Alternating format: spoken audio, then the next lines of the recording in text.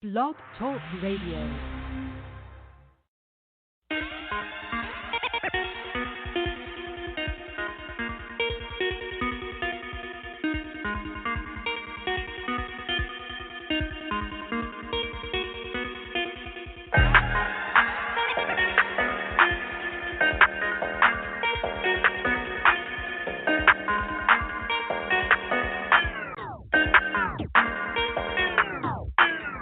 They tell you to be who you are. They tell you to sound like a star. They tell me to stay in my lane, but I'ma be switching the game.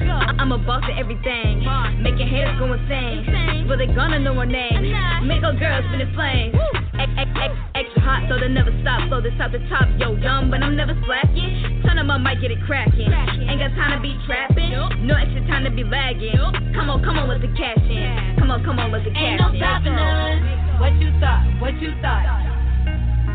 Said what you thought? Ain't no stopping us. Like it or not. Yeah, on the way to the top. Ain't no stopping us. Ain't no stopping us. Ain't no stopping us. Ain't no stopping us. Ain't no stopping us. Ain't no stopping us. Ain't no, yeah. Going crazy don't matter. Crazy like the Mad Hatter. Time ticking always. On to the next stage. Yeah, I'm doing the impossible. Stopping me unstoppable. Like a treat undeniable. Tea time and it's piping hot. Yeah, royal people playing games. Royalty in my name. Royal court on the stage. Extra things coming near. Smiling extra hard, is it clear? Make a girl hear it here. Make a girl stand clear. Ain't no stopping us. What you thought?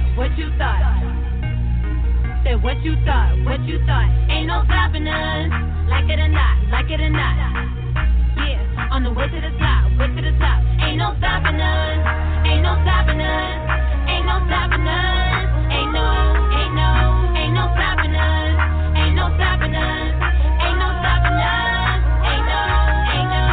They fall, the yellow brick road. What?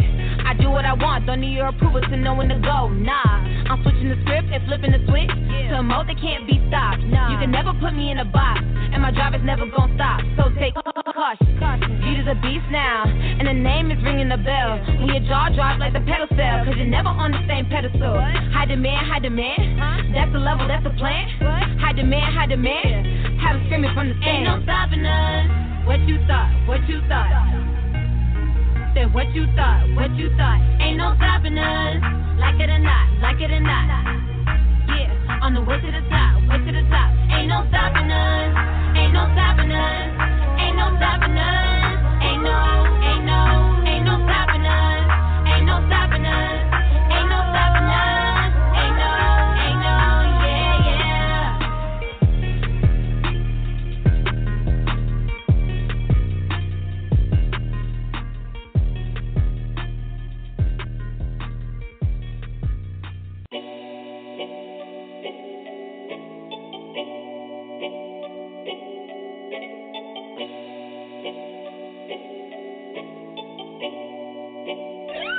Word.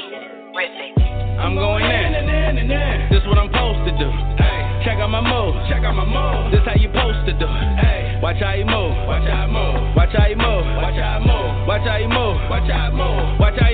Emmy. I'm going in. This how I'm supposed to do. Check out my move. This how you supposed to do. Watch how you move.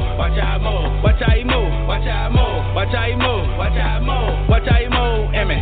I keep it low key. They acting sus, don't approach me. I keep angels all around me.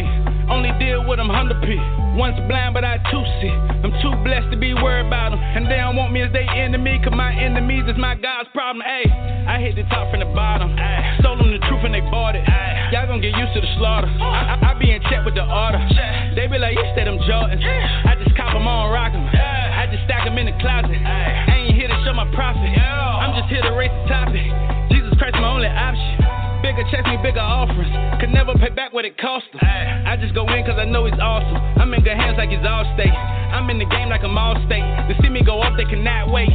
I cannot take chances, so the chances are they gon' take a loss. My testimonies made a hard lessons. I'm in Abba's presence, this is his message. I'm a living weapon, he the living word. By the Holy Spirit, I done been immersed. I done been in Bentleys, I done been in furs. But you ain't been in nothing till you in a hearse. Better put I'm going in.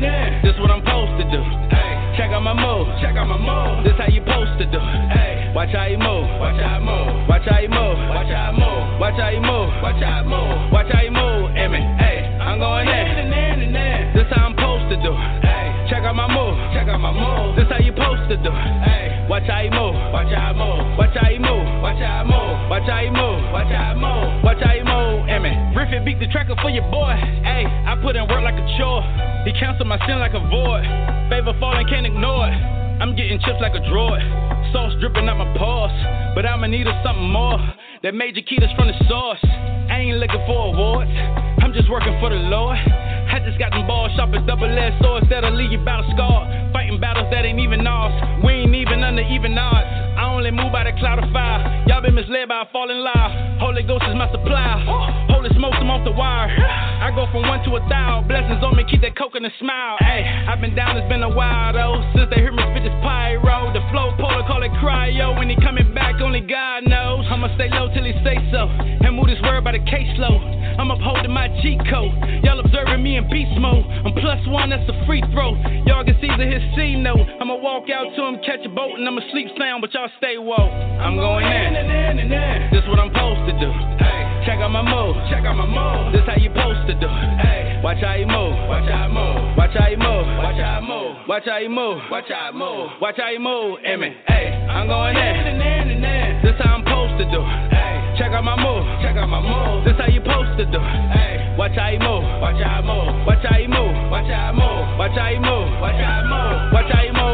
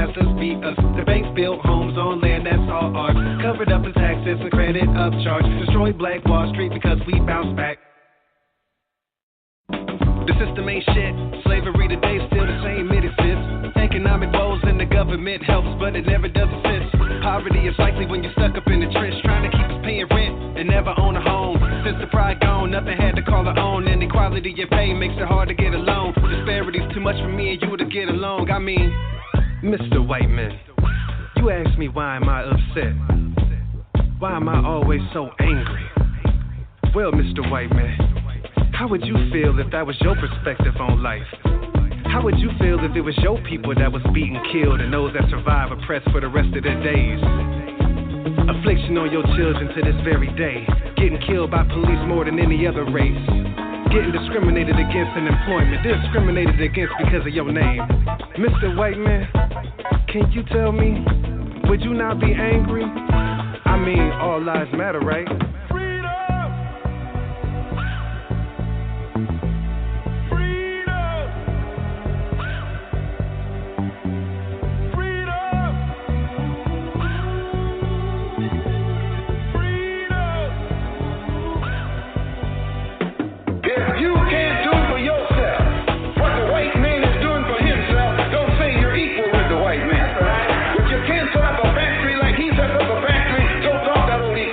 Talk.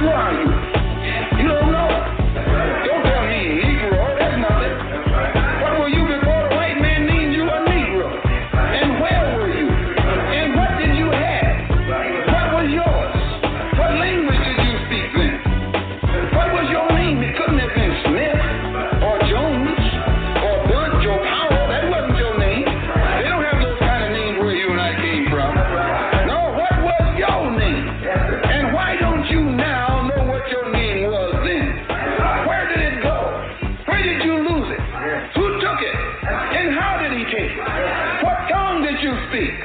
How did the man take your tongue? Where is your history? How did the man wipe out your history?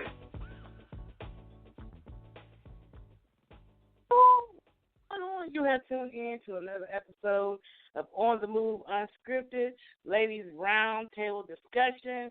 Today is the last day of 2020. Oh my gosh. I got my girls in the house. Today's the last day of 2020, y'all. I am so happy 2020 has got to go. Yeah. I'm like, this was the longest year. I swear, of all my 51 years, this feels like the longest one. I'm not lying. This has been a long year. Good grief almighty.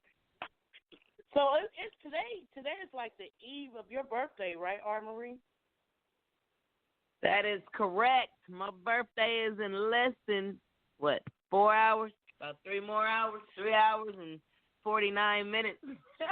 Well, happy birthday. Happy birthday. So I'm curious, were you born like right near, right when it struck 12 or right after, or was you born later in the day? No, I was born at 2 o'clock in the morning. Now, I was still born the first person at that hospital. So my mom did receive free laundry services for a year because then, you tell them my age, but back then they didn't have disposable diapers, So, but we had free diaper service for a year. And I was like, see, I got to, my mother was like, they was like, oh, if she's the first one born, it's free diaper service for a year. And my dad was like, tell her, push him out, push the baby out. Because, back then they couldn't tell you to sex to the baby. They couldn't induce your labor. Tell my wife to push her out so we could claim her on the taxes. Tax write-off.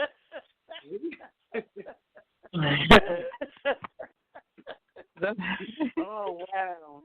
Well, that's what I say. Well, happy birthday to you, ma'am, anyway. Happy birthday to you. So how's your week been, R-Marie? It's been long. Glad it's over. I guess I said I wasn't going to complain this earlier. In the, when I first get started, I'm going to make a long story short because everybody needs to tell their week. But if you give your company 3 months notice that this is your last year working weekends, mind you, I've been working weekends for 25 years straight, 12 days on, 2 days off, 12 days on. So, I've missed a lot from being at work. I'm usually the last to find out anything or whatever. So, I'm like, you know what? I got grandchildren. I don't really get a chance to spend with my kids my last year. So, I let them know 3 months in advance. All you really got to give is a 2-week notice. But being nice, like I thought I was, I gave them 3 months. And they waited till this week to try to pull the guilt, like, I don't know what we're going to do. I can't cover your people. And I thought about it, and I'm like, I gave y'all 25 years of my life. 5 as an STNA, 20 as a nurse. I've given y'all 25 years of missing kids' birthdays, of missing a lot of major holidays, of no holiday pay, no time and a half, no none of that. I'm like, and before I was guilted into just like, okay, I'm like, you're not doing that shit no more. You done. I'm like, I don't know what to tell you, but Happy New Year. And I walked on out like, hey. That's right. I'm not doing it. Yeah, tell the owner. I know you got an LPN or RN, baby girl. Go ahead, or sir, go ahead and cover them people because I ain't coming. I ain't coming. The owner need to get on out the house and going over there and take care of the people. That's what happens when you have a home health agency. You ain't got nobody and most of the owners are nurses. Not only are they nurses, but most of the owners are RNs, and they, I can't work on the weekend. I'm like, why? Go ahead. I dare you to say because you got family. I triple-decker, double-dare you. So I said I'm not going to worry about it. Your people won't get sing. They know I love them, but I let all of them know last month, like, hey, I won't be here on New Year's. and I won't be here that weekend. I'm done with weekends. Everybody understands except, and to me, if you haven't gotten something covered and you had 90 days to do it, you wouldn't really try to cover anything. That's how I see it. Right. They thought that they was going to be able to talk you into it like they've done for the other 24 years or however long you've been with them. I'm sorry, not this year. And it's your birthday? And it's your birthday weekend? Oh, heck, nah. Y'all be all right. Right. But other than that, I'm just ready for 2021. My year has been great. Well, my upcoming year will be great. This year has been absolutely something. That's all I can say. It's nothing that I thought it was going to be. But I've been good. Nothing that nobody thought it was going to be. Right. Nobody thought it was going to be. Nobody envisioned 2020. I don't think. I'm just grateful to be alive at this point. I'm grateful that I was not a victim of COVID-19 or killings or police brutality or nothing. So I'm just, Jesus, I'm here. Right. And I see we also have Misty on the line. What's going on, Misty? Hey, everybody. How y'all doing?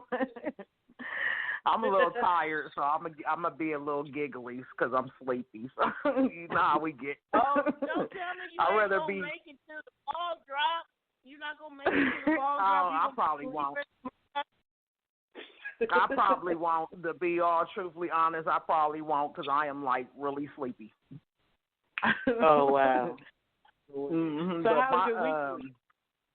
My week is going great. I feel really good from the inside out, and the Lord has been blessing me, and my spiritual life is like the bomb right now, and that's basically why I'm so tired because I've just been in the spirit for weeks, the last few weeks, really digging in, and I'm just spiritually tired, so it's time to get some rest.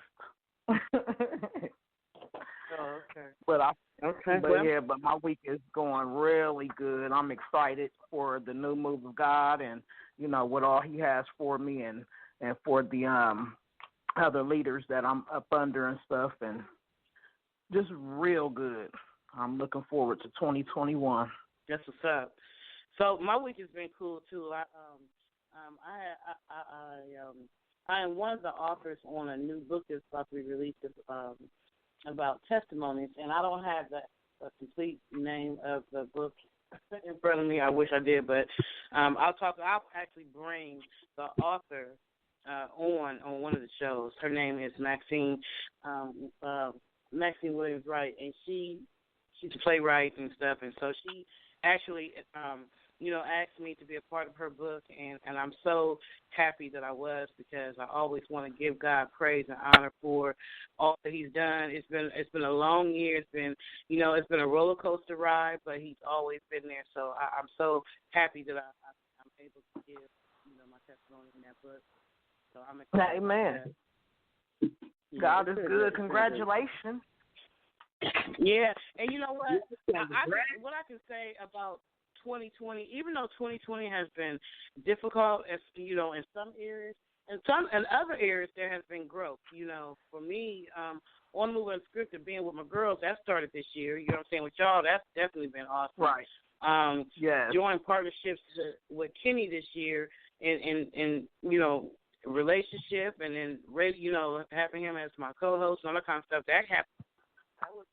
That was good. My kids being good, okay. Everybody blessed. You know what I'm saying? I there's many things I had to be grateful for.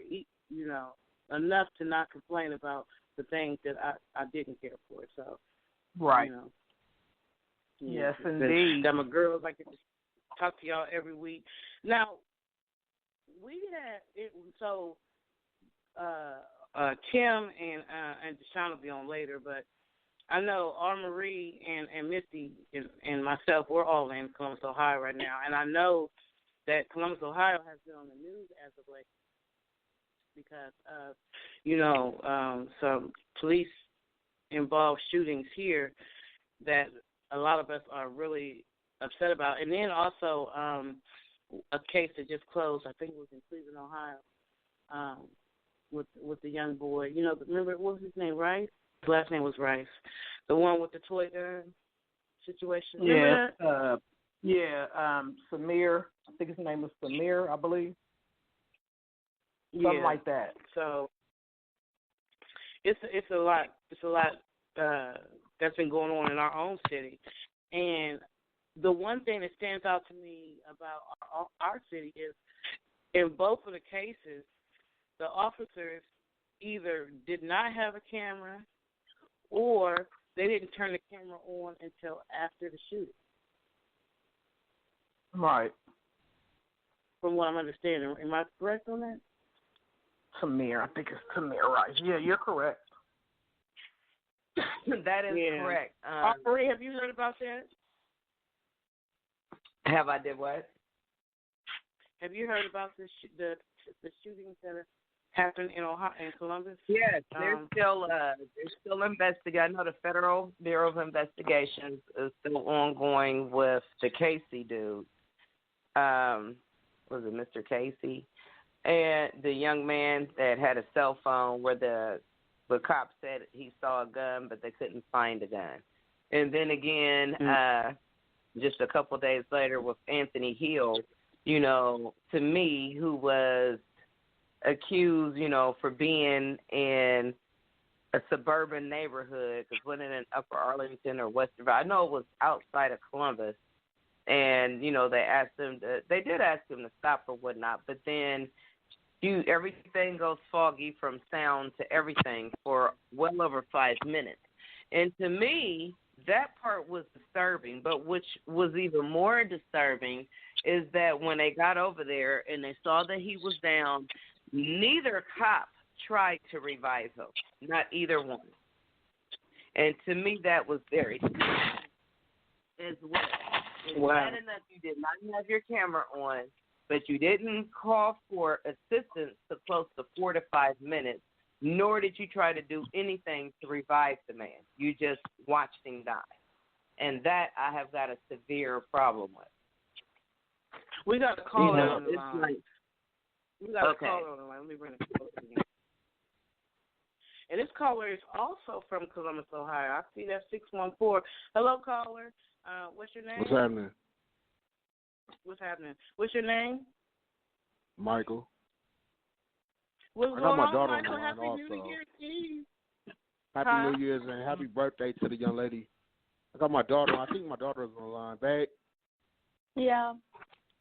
How you guys doing? Hello. What's your name, babe? Serenity. Hello, Trinity. Well, how you doing? Happy Serenity. Her name is Serenity. Serenity. I'm sorry. Oh, wow. Happy New Year. Happy New Year. Happy New Year, Serenity. So you're from Columbus, so I know that right now we're talking about the incidents that have happened in Columbus, Ohio, with police-involved shooting. Your daughter's old enough to listen in because, you know, we act up sometimes, so I'm sure she, Yes, she is. Don't be me, though. That be them. She grew up on TikTok when she was a baby. She good. Don't be throwing us up under the bus.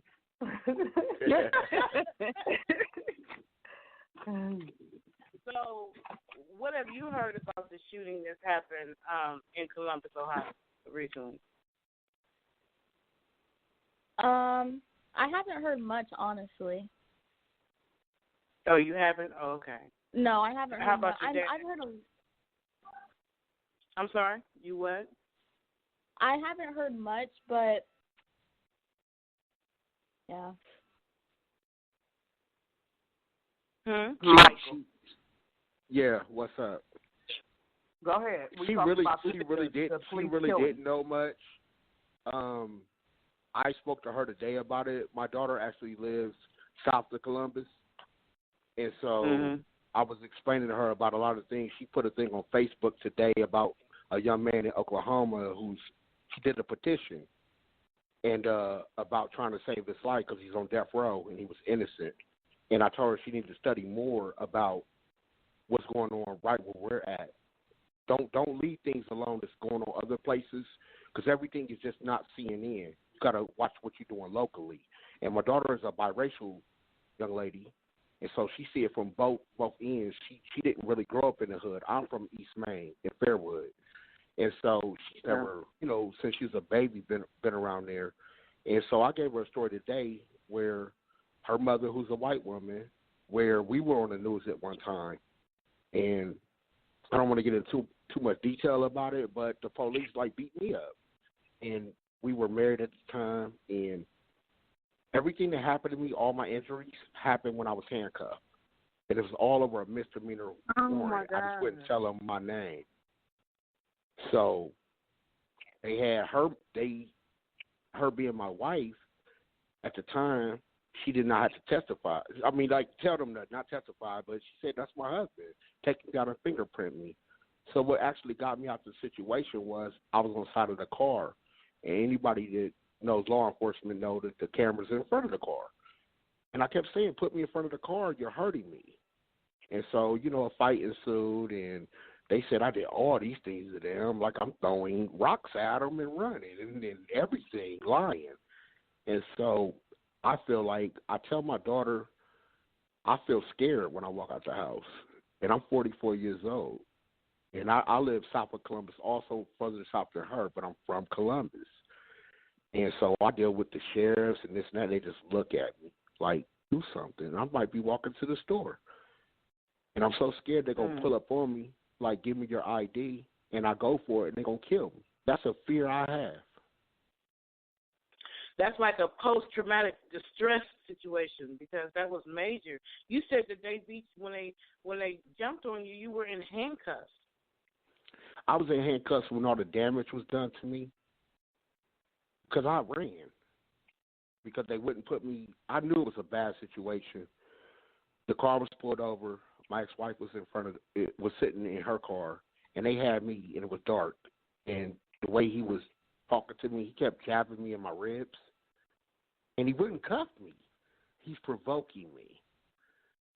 And I'm like, what is he doing? Like, I got 30-something days to do in jail. If I don't tell you who I am, they're going to take me down, and I'm going to jail for the misdemeanor warrant, right? And I'm thinking, like, I just didn't want to go to jail. I'm young and stupid. So I just wouldn't tell him who I was. And he was doing little things to me, hurting me.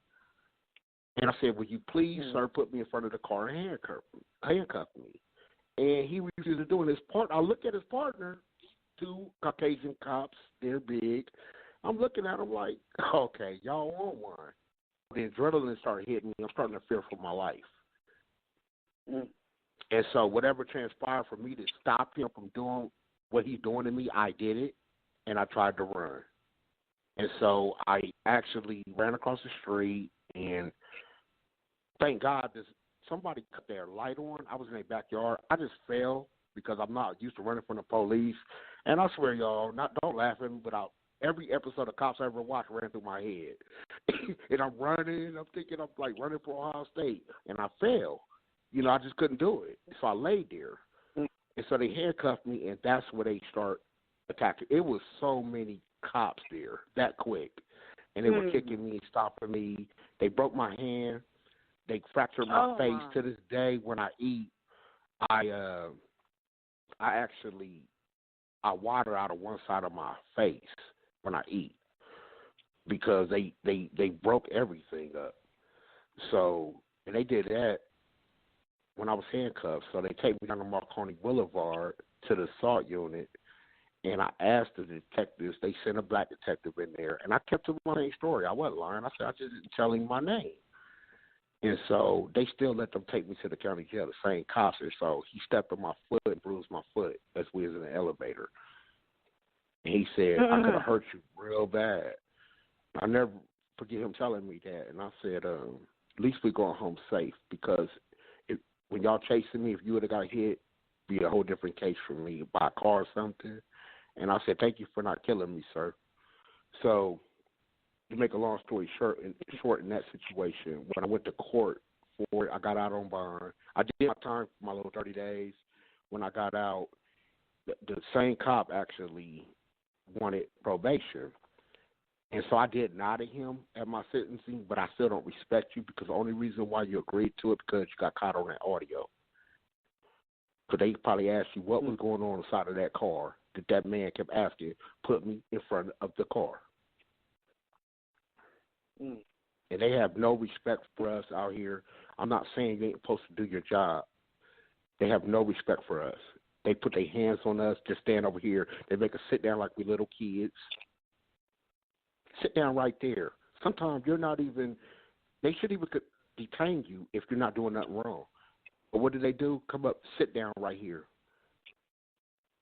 And you just wait. Well, we saw what I'm so sorry about what happened to you, and I wish you had been able to get a lawyer or have somebody to be able to, fight for your rights or whatever, because that was clearly police brutality. In 2020, the police brutality seemed like it went to another level, and it's just painful, to know that, African Americans, we, especially the men, can't just walk around without being harassed or killed, Just the way that the country is divided, period, or has been over, it's been increasingly, not that there wasn't always division, not to say there wasn't always racism or prejudice and all that kind of stuff. It was, but it was under the cover until probably about 16 years ago, I want to say, when Obama went up for election. That's when it started coming out. And it just seemed like every 4 years it just gotten worse and worse. And this year, 2020, has like something out of a horror book.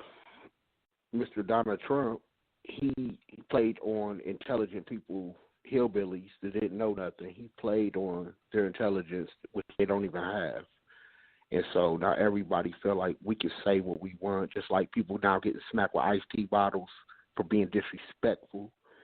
But a lot of times we want to fight back, but we're scared to fight back because it's a losing situation. Because as soon as they come, they're gonna get us. I had a situation not too long ago in my own household, and my girlfriend's a Caucasian woman, and somebody in her family was disrespecting me as a Caucasian, and they were disrespecting her. They needed to leave. The police come. Guess who they came in here and ran a check on first? Me. I wasn't even a part of this situation. And you wasn't involved. Huh? I said you wasn't even involved in. I said, and you weren't even involved in the situation. Wasn't involved in the situation. And I asked him, I said, why are you running a check on me? He said, in case we got to do a report. But my white girlfriend, they didn't say nothing to her. Not a thing. They didn't say nothing to her? They didn't say nothing to her. She laid in the bed the whole time and just looked at him. They didn't say nothing. I said, you see that? And she what about the other people? Well, it was handled. The situation was handled, but I still looked at it like, why you run a check on me? You didn't run a check on nobody else. But what I'm saying is, did they run their information too? Nope. They just was removed. They just was asked to leave. And they actually gave them a ride home. Uber. Oh, wow. Oh, wow. I lie to you not. I lie to you not. These are true facts. Yeah. And the same, it's know, really painful. Go ahead. What's going on? I just say it's really painful what's going on. We got to clean our own backyard up first. We have to clean our own backyard up first. As far as us, how we have to respect each other.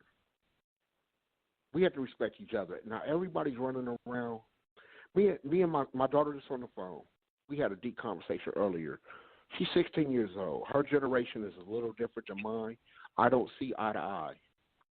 And we were having a conversation. My daughter kind of makes sense to me today.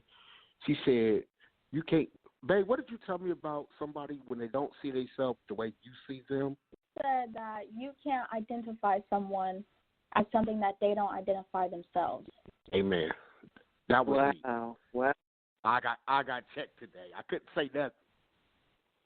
I actually was debating with her. I actually was debating with her, like, and she said that to me, and I was like, okay, go get your nails done. I'll call you later. Because I had to sit down. It's sad that when we see police officers now, they're feared, because you talked about how when you walk around now, you know, and you leave your home, if you see a cop or there's a fear, and that's not, we're not supposed to have to look at the police like in that kind of way, because they're civil servants, so they're working for, you know, to keep us safe. But it's just like, what happened to the oath that y'all took? When I was younger, we always heard that when the officers shoot, they're supposed to shoot to disable, to slow down. You know what I'm saying? Like, shoot for the leg or the knee. If you have to shoot, you know, for the leg or whatever, but don't. Exactly. But I thought that if they're running away from the situation, they weren't supposed to shoot, I thought. I don't know what has changed in the last few years in the rules that policemen can shoot people running away, shoot them in their backs, you know. Even with the case with the young gentleman whose keys was still in the door where he was trying to run the house, and he got shot right there. Yeah. Like, Casey Goodson. What? Huh? I say Casey Goodson. I was just saying his name. Yeah, Casey Goodson. How and why didn't you have a camera on? Because if I'm not mistaken, that's the case where the officer didn't have a camera on at all. Well, you know, the purpose for the camera is so that the officer in the state of Ohio. Excuse me. I'm sorry. In the state of Ohio, they just made it mandatory for the sheriff to have a camera. They never had a camera all these years. They just now doing it. Yeah, they never. If you look into it, they never had to have a camera. And this is the thing I didn't understand about that situation. If he rode down the street and pointed a gun, y'all are task force picking up violent fugitives. If this young man rode down the street and pointed a gun, why didn't y'all rush him at that car? He would have never been able to get out that car. That cop went over by himself to investigate, like he's like MacGyver or somebody. I don't know what he was doing. And he shot that man and killed that man because that's what they programmed them to do this. Just like the same situation with Mr. Hill. But you know what the catch is? Man, look at it like this. When these young men from Chicago, Detroit, all these gang-infested areas, when they're in the gang, what does the gang tell you? We got your back, right? And you go out there and do something stupid, and then what happens? Now, you ain't part of the gang. We ain't got nothing to do with that. You go to jail by yourself. The police sacrifice their own people the same way. Kill the minorities. Then when you get caught, we're not paying no lawsuits. We don't got nothing to do with it. That's what they do to them. They're programmed to do this. This is just my belief. If you watch episodes of Cops, always minorities get locked up, and then look at the color of the skin of the people with the badge. They're mostly white, cornbread dudes in our neighborhoods locking us up. We ain't even got our own people to relate to. Right. We got another caller to pull in. I appreciate you calling in, but don't leave. Thank you, guys. Stay in part of the conversation. Let me pull in this other caller. Cool. Your number is 314. What's your name? Where are you calling from? I was listening to somebody said the police supposed to shoot people in the leg or in the finger. Well, first tell us what your name is and where you're calling from. My name is Pianki. I'm calling from the Midwest. You calling from the Midwest? Well, we in the Midwest. Okay, so you must be around the corner. What's happening? Much love. Well, we're in Missouri or down south. But let's be realistic. So that was me. That was me that said know. That. I thought. Well, let me ask you something about that. Why come the criminals don't shoot in the finger or shoot in the leg? Huh? I say, why come the criminals don't shoot people in the finger or shoot them in the leg? The criminals just be shooting. I don't think they are even trained shooters all like that. They just shooting. They, wherever the bullet land, that's where it land. I don't think that it's not like the police officers are trained. Police don't. When they train or you go to the range, you be shooting center mass. You supposed to. I mean, the object is to shoot your target until it's no longer a threat. It don't say to kill it, but you have to shoot it until it's no longer a threat. And I kind of take an issue. You didn't used to hear them say that they don't shoot to kill, they shoot to slow down or disable. No, you can't do that. Suppose you miss. But a finger or a leg, but a finger or a leg is a lot smaller target than a center mass chest. If they shoot and miss and the bullet fly off someplace and hit somebody else, now you got more problems. And another point, you shouldn't run from the police, because if you are guilty and pose harm, you can run around a corner and grab a hostage. Now you got another problem. So the best thing to do is not have court on the street. And I agree with the other young man that was talking. Apparently he was a problem when he said we had to police ourselves. Because since Memorial Day of this year, which was May the 23rd and 25th, you don't have 3,285 blacks shot by other blacks in 221 days in Chicago. Wow. 497 murdered. I mean, think about that. 3,285 blacks shot by other blacks, no police shootings in Chicago. That's almost unimaginable. I tell you what, you have more black people but Chicago that have killed black people. Excuse me for a minute, Patricia. You have more blacks who have killed more black-on-black crime than you've had slaves that came over from Africa on the Mayflower. And that's the only well, problem. slaves didn't come on the Mayflower. There wasn't no slavery in the 1490s in the Mayflower. But I understand where you're going. But that's still no excuse. You don't hear nothing talked about. That's just one city. And the thing is, that is very tragic. I mean, your chances of getting shot is greater than winning the Illinois state lottery in them areas. Excuse me, sir. But what are you saying? Or are you from down south? You from Houston, right? I'm from the Midwest. I'm in my winter home down here. Okay, yeah, but you from Texas. I could tell by your voice. No, I'm not from Texas. I'm from St. Louis area. Trying to sound like you. Okay, but you're saying that it's okay for the police to kill us because we kill us? Is that what you're justifying? No, I'm not saying. I say which is the greater problem? Which is the greater problem? Here's another thing, too, on that issue about the police killing. Yes, sir. And I know the Ferguson area very well. Ferguson was right at 70% black. And police are employees. The people are the employer. True. It's up to the people to control their employees. They pay the salary. They tell them what uniform to wear, what cars to drive. They tell them to either engage in high-speed chases or not. So if you have police employees that's running amok in your community, it's up to the people to straighten that out. They're not going to straighten themselves out. It's been known that. Now, would you agree? Yes, I would. The same thing in the schools, especially in the state of Missouri, where the Missouri Constitution back in 1875 say that the police department, the government, is the responsibility of the people. So if people don't do what they should be doing as far as civic duties, you have these problems. Then if you got a problem that's a police officer, like you mentioned one in Ohio with Tamir Rice, the department that cop came from, that chief said he shouldn't have even been hired. Yeah, it was Ohio, Cleveland, Ohio. Oh, was it? He shouldn't have been hired. Okay, I didn't know that. Then you corrected me. I'm sorry.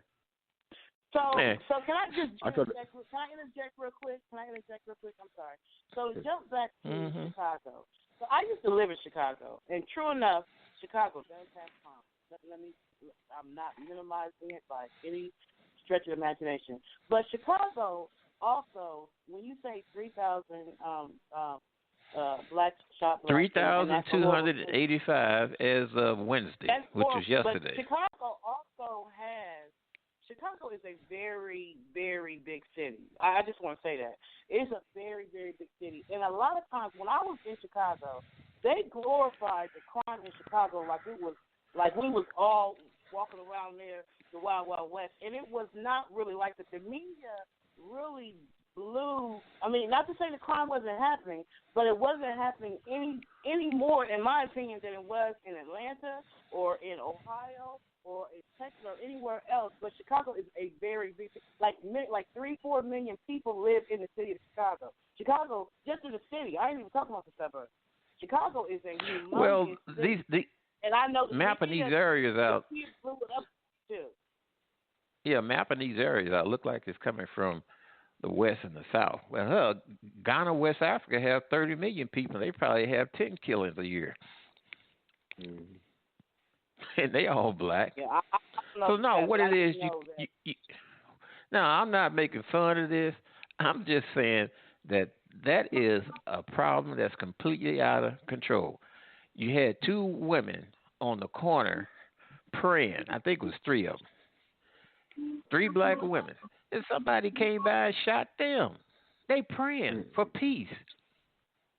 So you have a culture that's running amok in that area that they have to be dealt with a very, very iron fist. It ain't no Saturday. I mean, they killing kids 10 months old.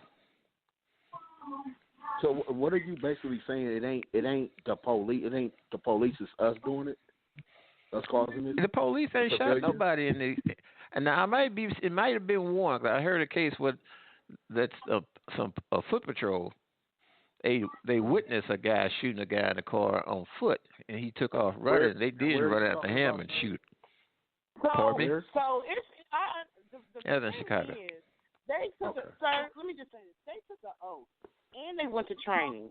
I was a prison nurse, so I used to get the inmates when they first came in after getting picked up, and there was far too many stories of how the police officers were overly aggressive, even after, like he said, like Michael said, they were already in handcuffs. That ain't got nothing to do with black on black crime or nothing like that. That's those officers who already have some malicious type issues going on the inside of them, maybe some racism, maybe some prejudice, whatever, that they would continue to beat and mistreat somebody once they're in custody.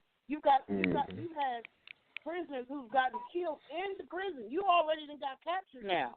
So why are they getting killed inside the prison from being beat up and stuff like that? Like the police is. Well, I can't. I don't think nobody can answer that because we weren't there. They took an oath. They took an oath. And if they can't handle the job, then they need to go get some counseling and try something else. You can't just mistreat people just because let's address that. Let's address that. Let's address that. The thing is that you talk about the prison. We weren't there, but here's the thing. You should teach your young people that the things that they're supposed to do while they're out in the public, especially driving, they should have their driver's license, insurance, and other registration probably in a paper bag over the sun visor. And they should comply. You don't argue on the street. You comply, take the ticket. If you got an issue with it, then you go to court and have your day in court. That's your due process. If you got bad police officers on the street. I was pulled over before. And I had my license, and I had my insurance. I had my license, and I had my insurance when I was pulled over. And it was 2 young rookie cops, 2 Caucasian cops, one male, one female. And the street the side street I was coming off of had a real bumpy road, and I came onto a main street, and they're like, oh, well, you seem to have been swerving, or have you been drinking? No, sir, I have not been drinking. Oh, well, then you don't mind getting out the car, taking a test? I don't mind getting out the car. No, I was pissed, but I held my composure, because this is things that they do. And I mean, not all cops are bad cops, but these cops thought they were going to toy with me, and these cops are about the age of my children. So you already got attitude. You know, and then I feel like once I did the foot in front of the other, then that should have kind of been it. Then they asked me to breathe into the breathalyzer, and once it came up 0.0, that should have been it. But then it was like, well, I need you to count your ABCs backwards. And I told them, no, flat out no. I will not do that. And, you know, and then I saw a couple people come out on the porch. I said, so we're here with two choices. I guess you could either give me a ticket or you could take me in. I'm like, I've passed two of your tests. I'm like, and then you weren't even paying attention to what I'm doing because you and the other young lady officer sitting up there giggling and stuff. I'm not Sambo, you know, and, you know, maybe is, you know, people are raised different. You know, I happen to have been raised by a Black Panther, so no, I'm not going to just accept the brutality. That's what I'm not going to do. Mm-hmm. Now, I'm not going to sit up there and run off at the mouth because I know they are more than likely to shoot a Black man than a Black woman, but Black women have been shot. Black women have been killed. And as far as doing the right thing, first of all, Black people do need to know how to band together. But when you can have good cops out there, but if a good cop is linked up with a bad cop, and even though they're not participating, but they are seeing what their partner is doing, and they don't say anything, then to me they are just as guilty. If I was to go with a friend of mine and my friend said, hey, can you run me to the bank, and they robbed the bank, and I didn't know that's what they were doing, I didn't know that's what they had planned, we are both getting charged with a bank robbery. So they still have to be held accountable. And first, let me just back up a little bit more. Police were created back in slavery, back then. The police was solely created to find and catch the slave. And then it stuck. This is how we could do order. But because back then they were slaves and then sharecroppers and Black people didn't have really zero power, very, very little power, you know, then it's just kind of been a thing. Because I will be 52 at midnight, and I can honestly say that I've seen a lot more police brutality. My son was at the house, and he's been in trouble in the streets. But at this particular time, he's at the house. He's with his son. We're sitting on the porch. We're all laughing, and here jump out the good old boys, the SWAT boys. Oh, hey there, Mr. Robinson. Where you been, Mr. Robinson? How you doing? You don't got nothing on you, do you? Da-da-da-da-da. Hey, I'm going to need you to, the position, get on the ground. I'm like, don't you get your Black ass on that ground. You know, I mean, it got kind of bad. I'm like, what y'all going to do? It's a whole neighborhood full of people. What you going to do? You going to shoot? You going to shoot me? Where you say you at Detroit? No, I was in Columbus, Ohio. Yeah. I can't tell you about Ohio, but let me ask you something. What became of all of that? What came from it? I mean, they wouldn't have had his search team and stuff, and then like, oh, well, everything will be all right. Well, Mr. Robinson, we're just checking to make sure. I'm like, but you didn't have just cause. You didn't have a search warrant to do that. You didn't have any. Listen, I obey the law, but I'm not going to lose my dignity. Turn into a yes sir woman. I refuse because I've had too many ancestors. Let me ask you a question. What did your son have on while you were sitting on the porch? And here you go defending the police, sir. Here you go defending them. I'm not defending the police. I'm just asking a question. Yes, you are defending them because everything said you acting like you're a Black man, and I don't know if you're a police officer. If you are, sir. Listen, let me say what I gotta say. I don't need you. I think I've lived longer than I've lived longer than you. Hold on for a second. Let me. I don't want to have to start muting people. You know, we're not. This is not an I argument. just asked the lady what her son had on. He had on blue jeans shorts, and he had on a white beater, and he had on tennis shoes. All right, let me tell you something. Okay. I understand. Let me tell you what some of these problems are. You got people out there that's dressed like your son with blue jeans and white T-shirts and tennis shoes. That's Black. Mm-hmm. That's out there committing crimes. And they fit the description of a witness that say, I saw such and such and such. So then they put out an all-points bulletin, and then they're going to be looking for somebody that fits that description. They have a right to do that investigation. See, it's the people that's causing these, that's creating these causes that create these effects. And innocent folks like your son is the effect of somebody else's cause who don't have respect and total disregard of the community. Right. Okay. So I want to hear what Michael. I want to hear for a second what Michael was going to say. So, Michael, what was you about to say? He's making every excuse for the police. He has either somebody in his family is with law enforcement or whatever, but that's called racial profiling, bro. I don't have nobody in the community that's in law enforcement. You okay? Well, you really like the police or something, and that's fine. No, I don't like the police. Let me read you something from the state of Missouri. Her son has a right. Her son has a right to sit on his porch. I don't care if he got 1 million arrests. He is not currently committing a crime when the task force rolled down on him. He wasn't doing nothing. He's sitting with his mama. So they calling him by his name, Mr. Robinson. How you doing? Got anything on you? That's racial profiling, bro. He's minding his business. He ain't standing in front of a store. He ain't selling no weed. He's not in an open container. He ain't doing nothing but chilling with his mama. But you make an excuse for why they did it. Somebody a couple streets over. Well, that's where the fuck they need to be. They pulling up to a residence. Wow. So this is getting heated. Marie, Misty, these two right here. These two call him. There's a reason why this older gentleman is saying this, and because he's aged, you know what I'm saying. I'm respecting what he's saying. I guess I'm having a hard time. I guess I'm just having a hard time trying to understand why the police feel like they have the right to just. I mean, because it's always 9 times out of 10 being pointed toward the black community, always. And quite frankly, I think it's fear. I think they fear us, and this is their way of hanging on to doing what they want to do. That's just like when I worked at Jackson. I worked at the county jail, and the correction officers are the mentality is the same. I mean, they're mean to everybody, but because they treat inmates because they are like modern day slaves. I'm like, and they sit and talk to them, and they just talk like so crazy to these people. And you look at them like there's no way he would ever talk to that black man if he was out on the street like that.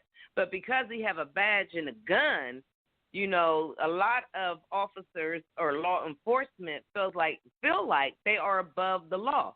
Like when that whole George Floyd thing went down, there was a white officer woman from Hilliard, Ohio, and she got on her Facebook like, well, these blacks are acting all tough and everything now, but just wait until the little march is over, then it's on. And there happened to be somebody black that happened to see that on the Facebook and reported it. And, you know, had they not reported, this woman would have been ready for war, for whoever, for whatever first black person, in my eyes, that she would have saw. She would have been ready to start whatever because she's mad because the police are now having to be held accountable. Does that mean I think all police are mean and corrupt? No, I don't. I've came across some very nice officers. I've had some black officers act like assholes when they're in the inner city. You know, I really have. You know, I've came across all kind of officers in my lifetime. I just feel like it's just heart-wrenching when my grandson, who's 17, he's a 4.0 student. You know, he's athletic. He's got a lot of scholarships. You know, he's ready to make a difference in this world once he graduates, a free ride to college. And so we're excited. But every day he walk out my house and get in his car, I have to go to prayer.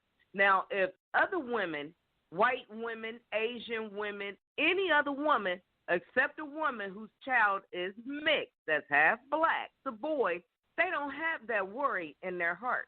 They don't. Oh, my God, I just worry that my kid may get into a car accident. I'm like, well, I worry about that too.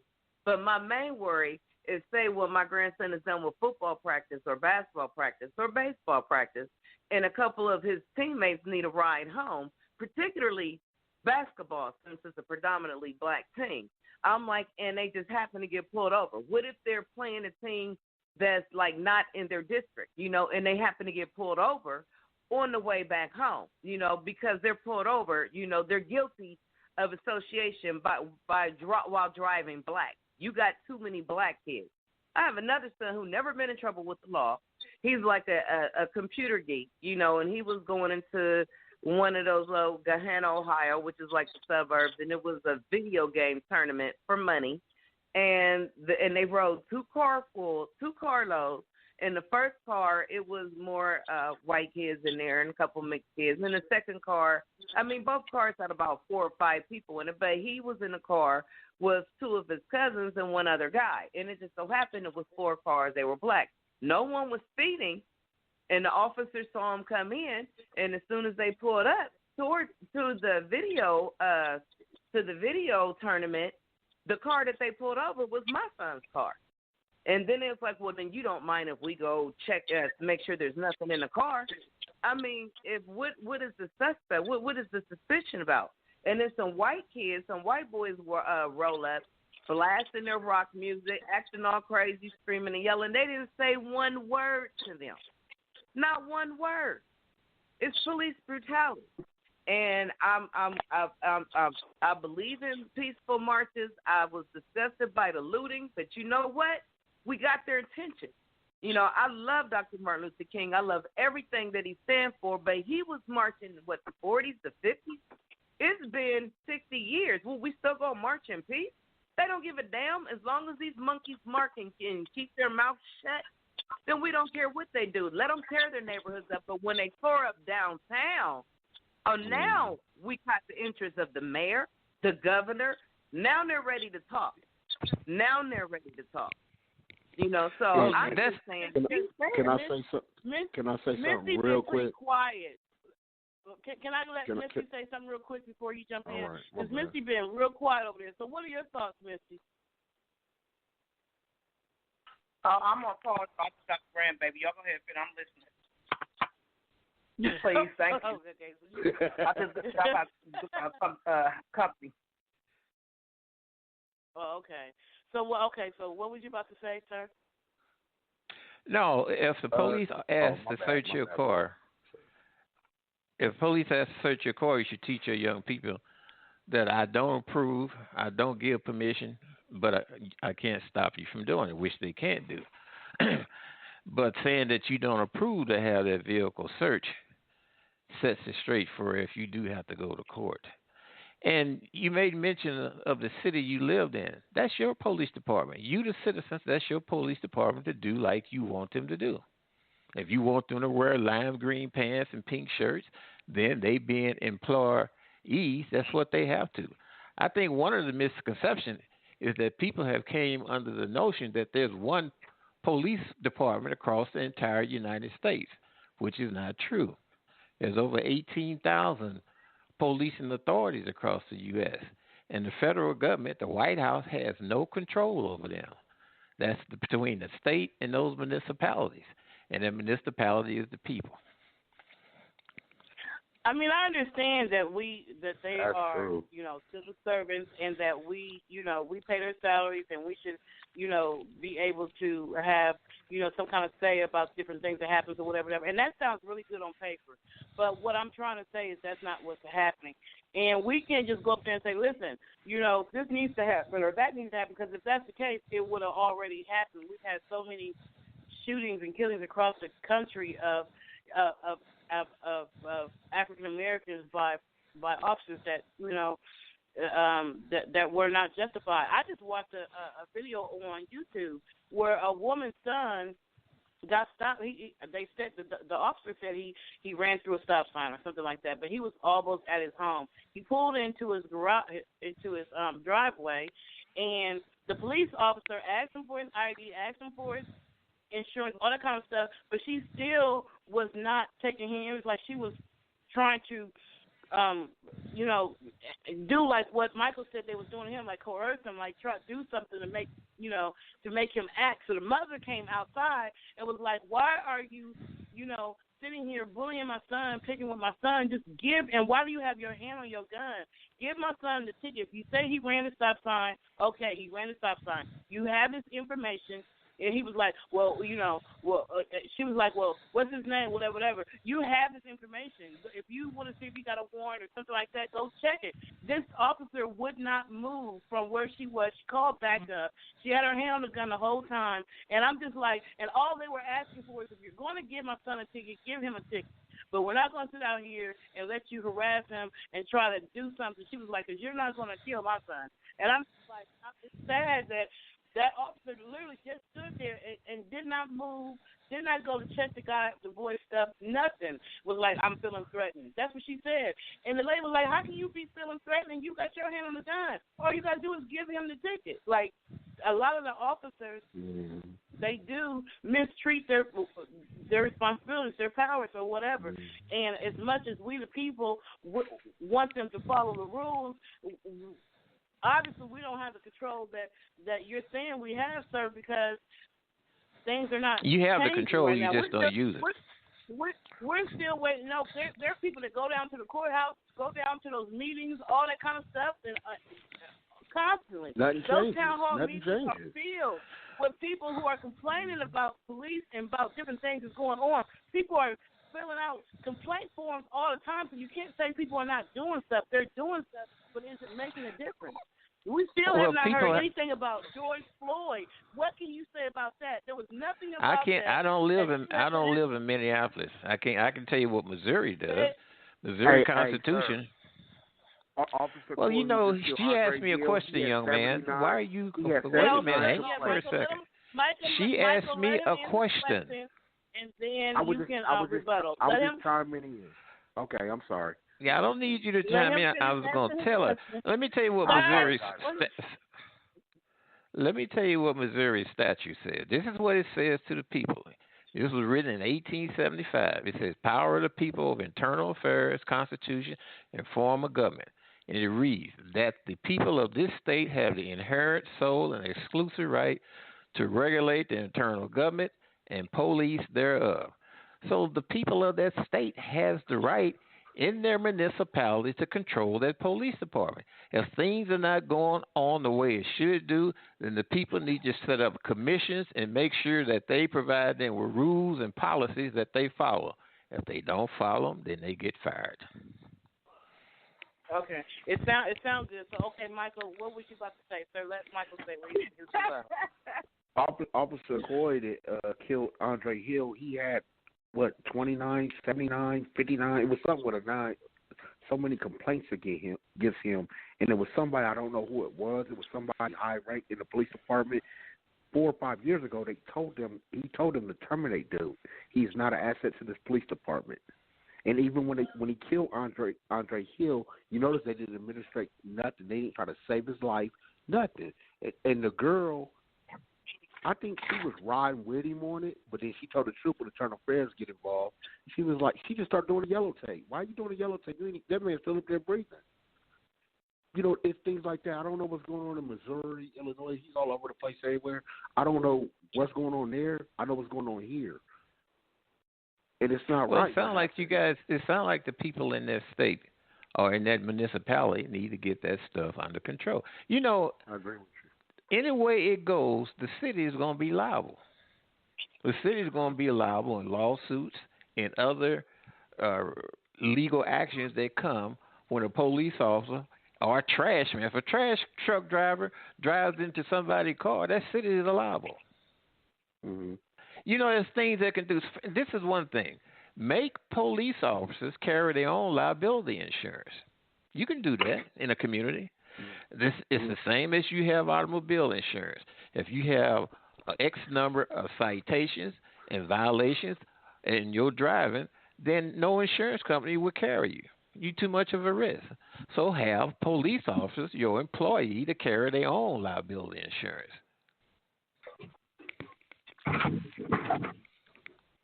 Okay, he got a lot of good points. He got a lot of good points. I don't agree with everything you say. So, and I'm going to take this quick second after him to just go ahead and take a quick break. Cause I need to exhale. You know, y'all over there fussing and stuff. I need to exhale because it's Christmas Eve. So I'm playing the music, and we're gonna be right back. On the move Unscripted, y'all. Lemonade on a summer day, what you say? Is it awesome, right? Is it awesome, right? Tattooed arms, flip the radio, oh we go. Is it awesome, right? Is it awesome, right? Drop down, roof 5, singing all Lennon on my mind, Short skirts, long nights, what about us filled with wine, Child is blasted and soup tied running out of time,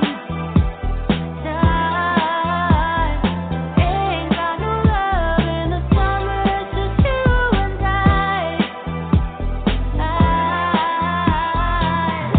Lemonade on a summer day, what you say? Is it awesome, right? Is it awesome, right? Tattooed arms, flip the radio, oh we go. Is it awesome, right? Is it awesome, right? With seats, pink eyes, oh those late nights in July. I got no time for feels, or just call it what you like. Child is blasted and soup tied running out of time, ain't got no love in the summer, it's just you and I.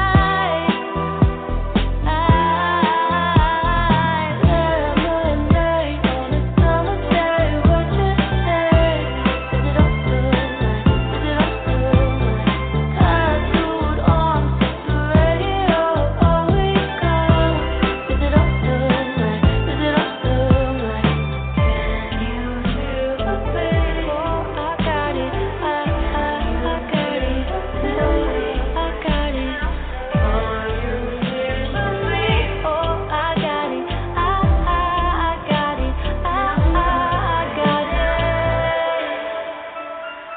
Lemonade on a summer day, what you say? Is it awesome, right? Is it awesome, right? Tattooed arms, flip the radio, oh we go. Is it awesome, right? Is it awesome, right? Is it awesome, right? Is it awesome, right?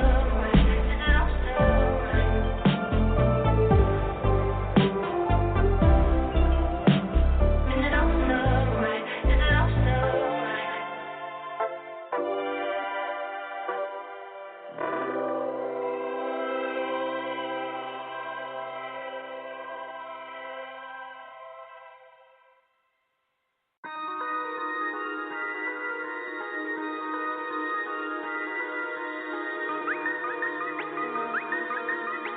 Frank Miller on the motherfucking beat.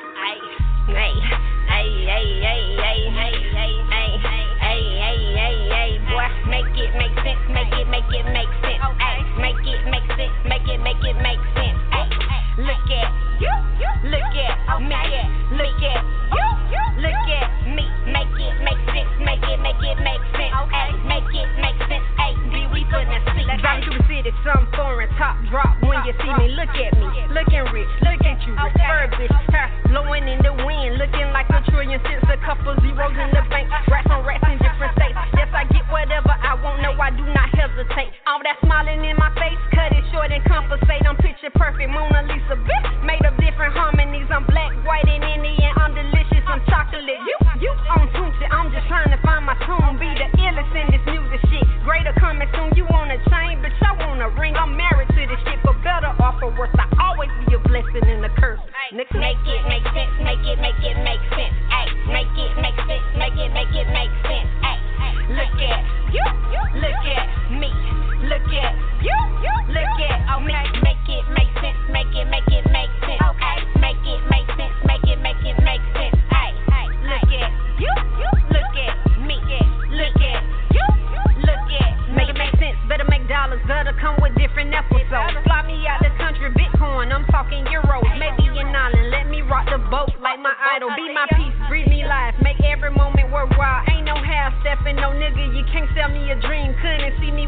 wake, you think it's better when you sleep. Yes, I'm a handful, and I'm heavy on the confidence. So if you step into me, them dollars better make sense. Ay, look at you, look at me, look at you, look at me. Make it make sense, make it make sense, make it make sense, baby. We put the seat, make it make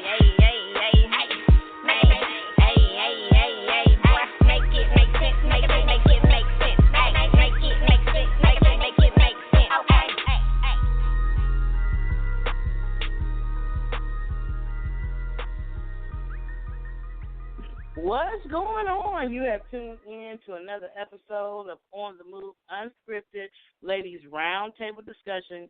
And this is our New Year's Eve show, the last show of 2020.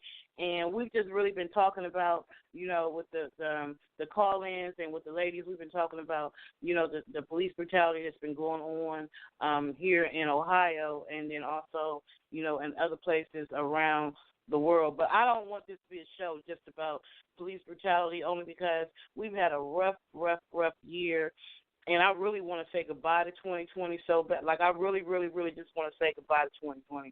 And bring 2021 in, because it's just been crazy, just all the way around, the energy, the division, the arguing, the fussing, just everything that's been going on.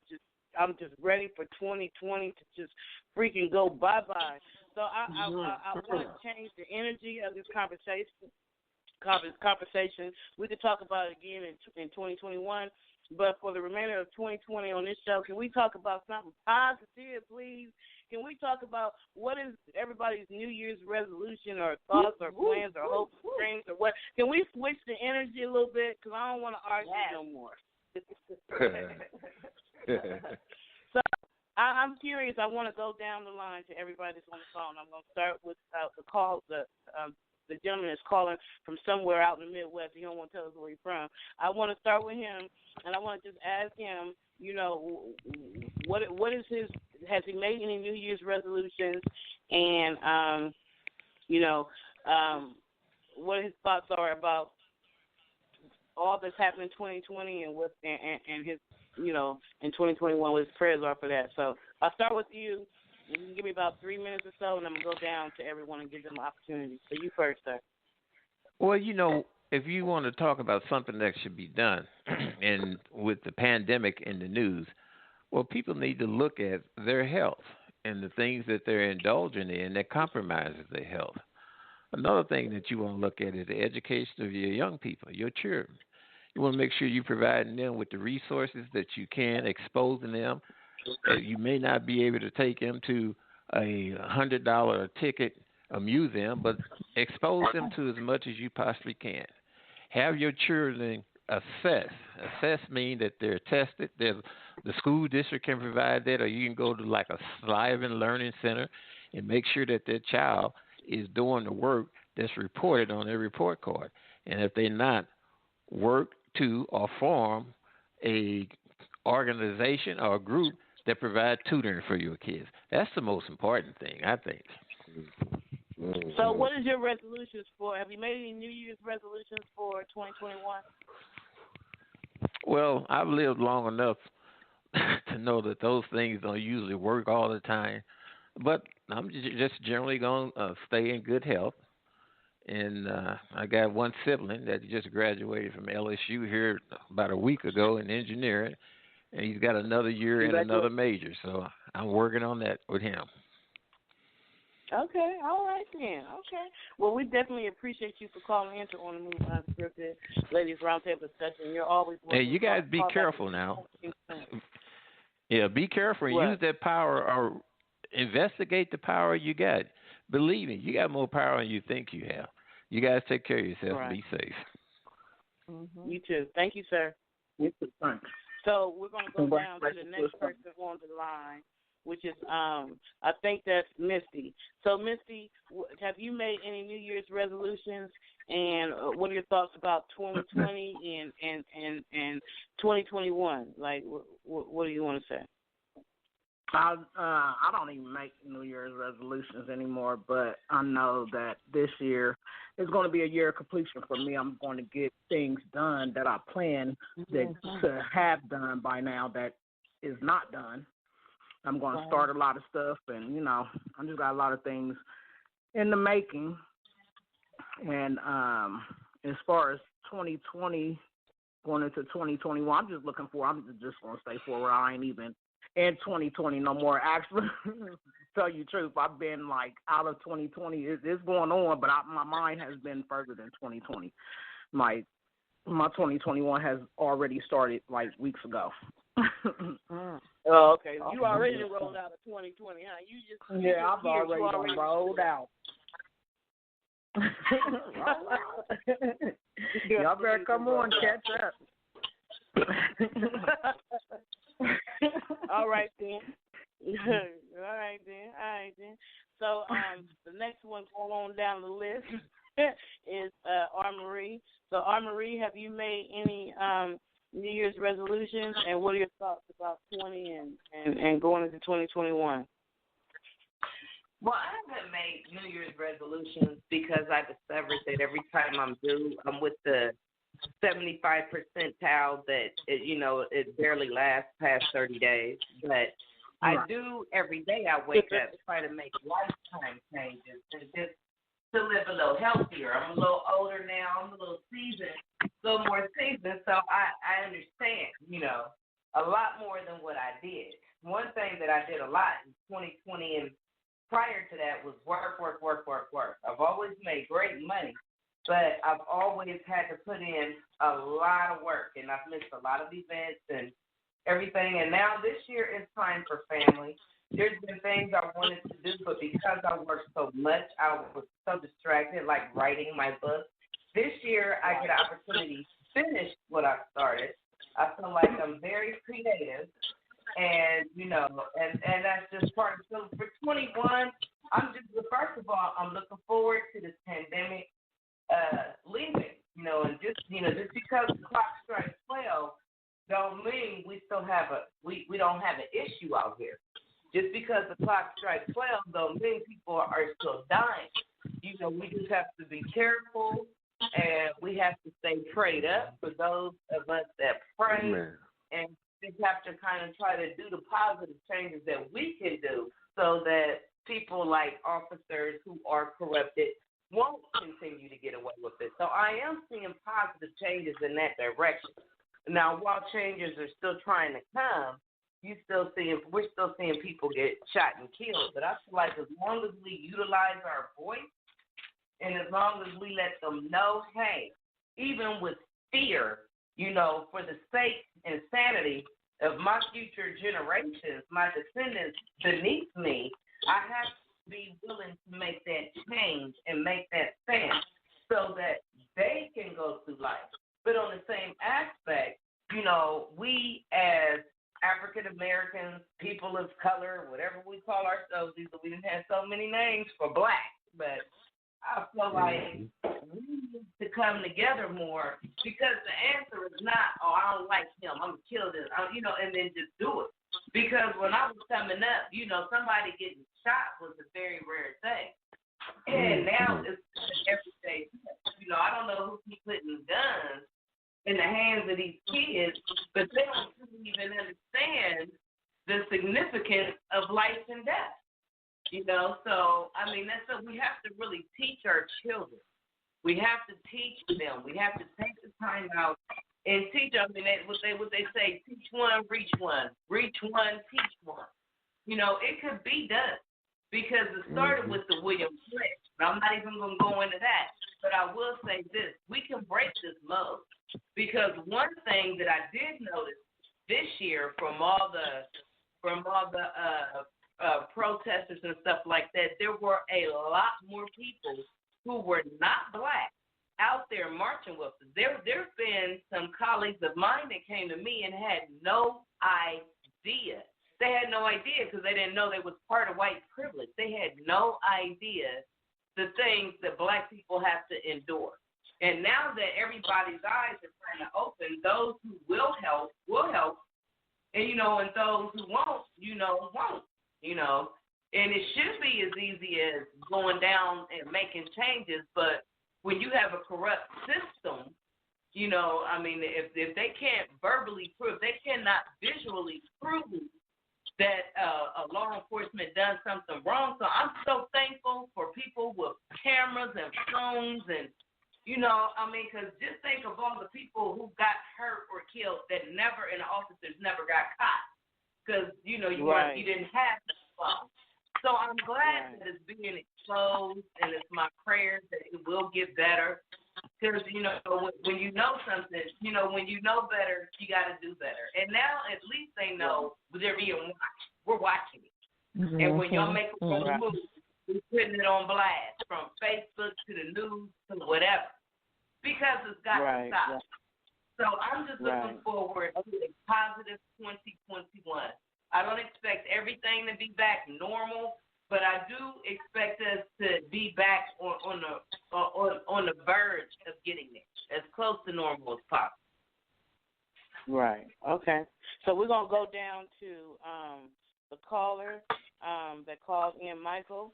So it's your turn. Did you make any New Year's resolutions? And also, what are your thoughts about 20 and going into 21? Well, 20 was kind of hard. I ain't gonna speak on it too much, but I lost my father, and at the end of 2019, I lost my daughter. She was 25. She had an asthma attack.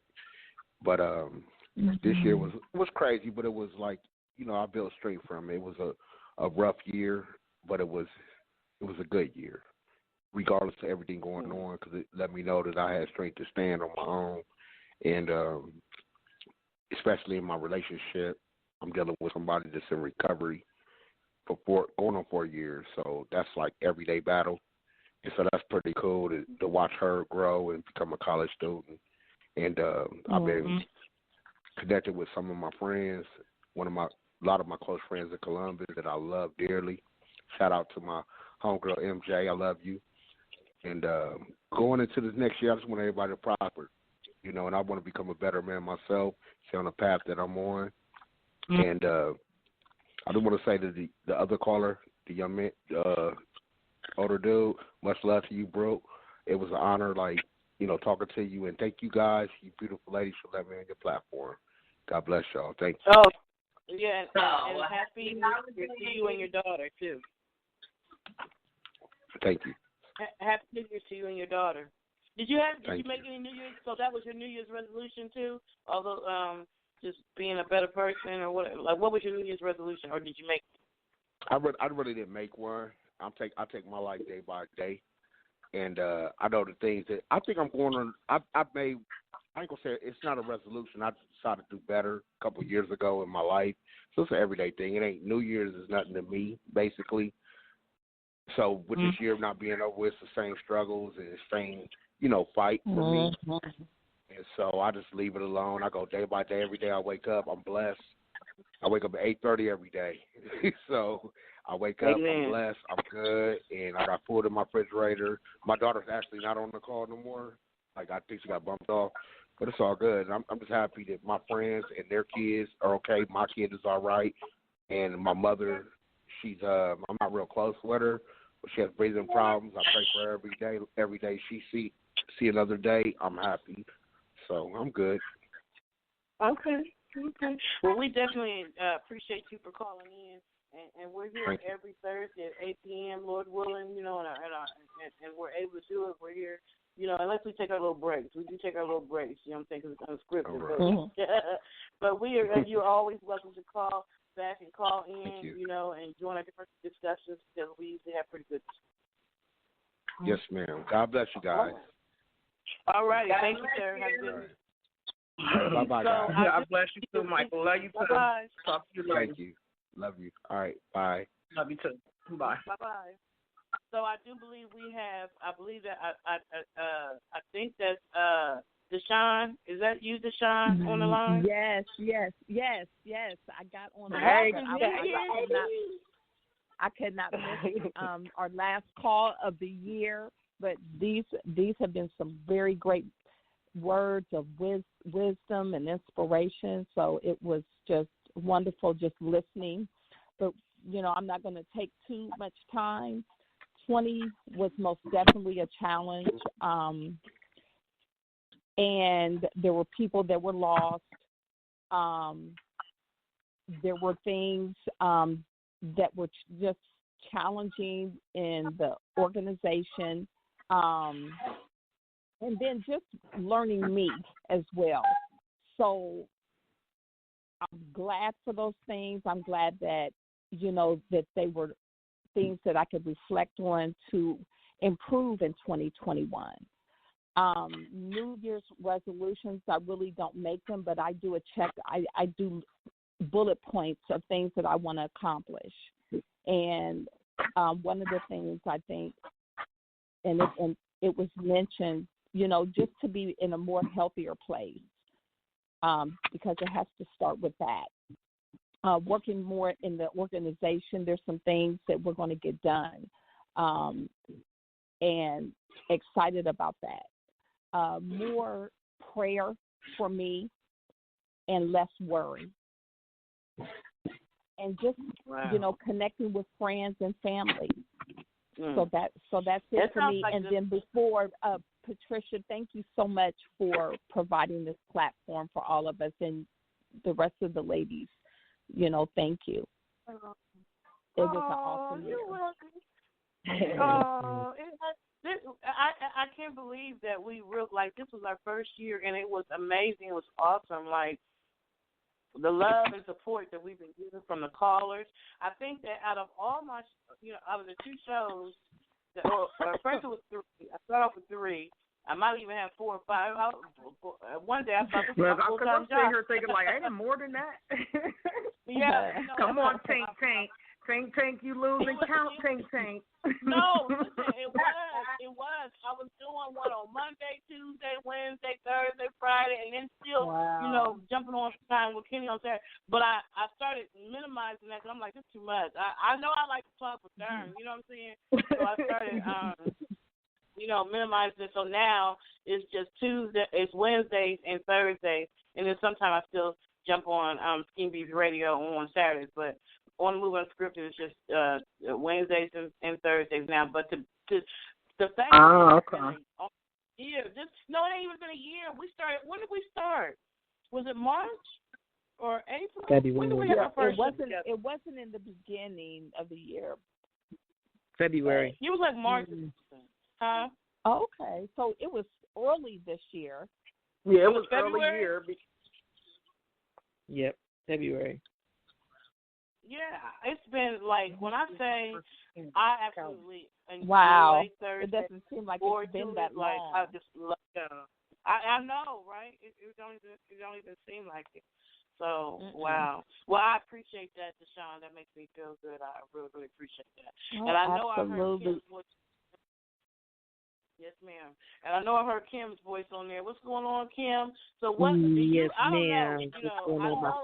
I don't know if Kim. I know whatever it is, ain't no emotion in it, because you know what I'm saying. You tell me your emotions at home. So whatever that New Year's revolution, whatever it is, already know. Already know. No. But so what are your thoughts about 2021 and New Year's resolutions if you've made it? Well, first off, I don't do New Year's until spring. So March, April is when New Year's actually is celebrated by me. As far as any resolutions are concerned, I am more of a solution person. So as I have already started, just in my own transformation, is being a solution set to the things that I don't like. And if I have any control, let me rephrase, what I have control over, I'm utilizing that. So it's not going to be a whole bunch of words, just that, the words got to get backed up by the energetic movement. And that is me. That is who and what I am. And you're going to see it. You're going to see it. A lot more of that as the days go on. I am the solution is also one of my merchandise items that I'm pushing that for whomever. I am the solution on purpose with purpose. So everything that I wear, I represent.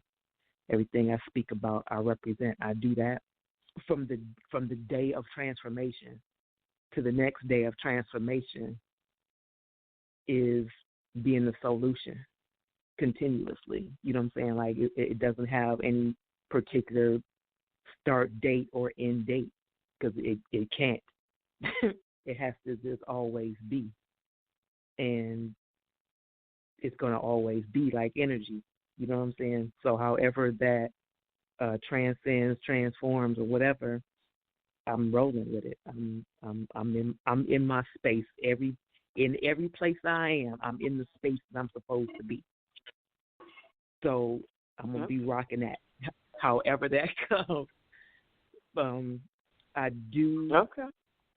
However, plan to allow the Most High, if I can say that, but also be prepared for the Most High to utilize my voice in a wider platform, because there's so much more that needs to be said and heard. And I know that I'm going to be put in a position to do what needs to be done. So I'm just, more so preparing for that. That is also part of my healing, and that's what I want to do more of. Is reach the minds and the souls of those that need to be healed. So that's what I'm doing. Okay. Well, my turn. My turn is at the house. Okay. So, for my, I'm not like the rest of y'all. Y'all know I gotta be different. I'm be different because I'm gonna be. So I made a New Year's resolution. I don't know what the heck the rest of y'all. I made one, and mine is I'm gonna try my best. I am going to try my best not to use any profanity. I'm going to try my best not to cuss. That's what I'm saying. I'm going to try not to use no little ones or pinch ones or long ones. I'm going to try my best when I'm talking and I get excited not to allow any curse words, in there. That's my that's my New Year's resolution. That's what's up. As far as 2020 to me, I remember going into 2020 and the celebration, and I was just like, yeah, 2020 over here, 2020 over here, and not really understanding what 2020 was going to be about. So for me, I feel like I got an understanding spiritually of what 2020 is supposed to is supposed to be. I feel like there were things that we weren't seeing. I feel like as a people, as a country, as a world, there were things that we were not seeing before. That it's not that they weren't there, but we weren't seeing them. We wasn't seeing the importance of our family members and our loved ones. We wasn't seeing, that every day is a gift, and every day that you have this gift, you have the ability to be with the ones that you love, and who love you, or we wasn't seeing that gift. We wasn't seeing how connected we are and how one thing can wipe it out. We wasn't seeing a lot of things that was going on, behind closed doors, politics, all kinds. There's a lot of things that we weren't seeing, and I feel like 2020 brought those things to our forefront. We were able to see. We had 2020 vision, 2020 clarity to see the things that we were ignoring or not paying attention to. That's my thought on that. Going into 2021, I'm definitely looking forward to having. I don't feel. I know there's a lot going on in the world. I know it is. But I just don't feel the same heaviness in my spirit the way I did at the end of 2019. I just don't feel that heaviness going into 2020. Not to say that 2021. Not to say that 2021 is going to be whatever. But I just don't feel that same heaviness. So I'm speaking prosperity. I'm speaking happiness. I'm speaking peace and blessings to everyone. I'm praying over the new administration you know what I'm saying, for whatever they, because I know, Kim, you have your thoughts, and everybody has their different thoughts about it, but I'm just praying that things will start to get better, that the tornado or the storm that came through or that's been here is starting to, go away, and 2021 will be a much better time where we really will start to unify and just start to get our life back in order. I'm just praying we continue to move forward and stop this backward motion that we've been on, for quite some time now. So that's really my thoughts about. That's really my thoughts. I'm just praying for a better tomorrow, and I just want to enjoy today and enjoy, the people that are around me, my loved ones, my girls, y'all, because I really understand that tomorrow, and if you didn't understand that before, 2020 should have showed you that tomorrow is not promised. That person you mad at, you may not have the opportunity to tell them you sorry and you really are loving and you really, y'all really should have been arguing over toilet paper. It wasn't really that deep, you know what I'm saying? But I just feel like we've taken our loved ones and our friends and the things that we take them for granted. And I feel like 2020 showed us that in a blink of an eye, it could be gone. You can be a millionaire in the blink of an eye, it could be gone. You know what I'm saying? You can be married in the blink of an eye. Your spouse is no longer there. Your child's no longer. Like we start to understand what we had not been able to see. So I feel like that to me was what 2020 was about. On a spiritual realm, that's my feelings. But yeah, so that's basically. I know that was long, but not really. That's what's up. Oh, and I'm looking forward to my businesses. I'm really trying to do more. Everybody said, Patricia, you doing too much, and I'm just like, you know what? If you looking at me and you saying I'm doing too much, then you probably ain't doing nothing. So leave me alone and don't do too much about stuff I'm doing up in my life. Right. You worry about the stuff you're doing in your life that you ain't doing that much of. That part. And I didn't use one cuss word. Now I'm doing good. I'm already on my resolution. Yeah, but that's a point too, Patricia. That is going to be a focus. Is the working on the business, investing in it, so we can get a return back. So, but it's just praying. It's like focus, because the enemy's going to be trying to just. Well, I won't even say blame it on the enemy. It's just that being focused for me is going to be important too. Not being distracted by I don't care what it is. Concerned about my family and friends, but anything else, because like my personality, I want to help everybody. Yeah. Right. And that's not always in my benefit. Right. You know what, though? Even if you feel like you being a blessing to someone has backfired in some kind of way, or it didn't, you just felt some kind of way about it as far as how they respond or whatever. So, the point is, you put that positive energy out there, though. That you put out that positive karma. You did what you were supposed to do. So, whether you gave a lot to someone that you feel like they didn't give it back, or you invested a lot somewhere and you feel like you didn't get the return, it's coming. Anything that is released is coming back. You just don't know when it's coming back, and it's more than what you gave. So if you gave a lot to someone, you gave your all, your heart, your spirit, your money, your time, your money, all kinds of stuff, and you did that out of pure love, regardless of how they receive it or what they got going on, that energy is coming back to you, and it's going to come back double. So God is going to bring it back to you. So I wouldn't even worry about who didn't receive it. You gave out love and they didn't receive it, that's on them. That's their problem. That's their issue. They need to clear out their aura.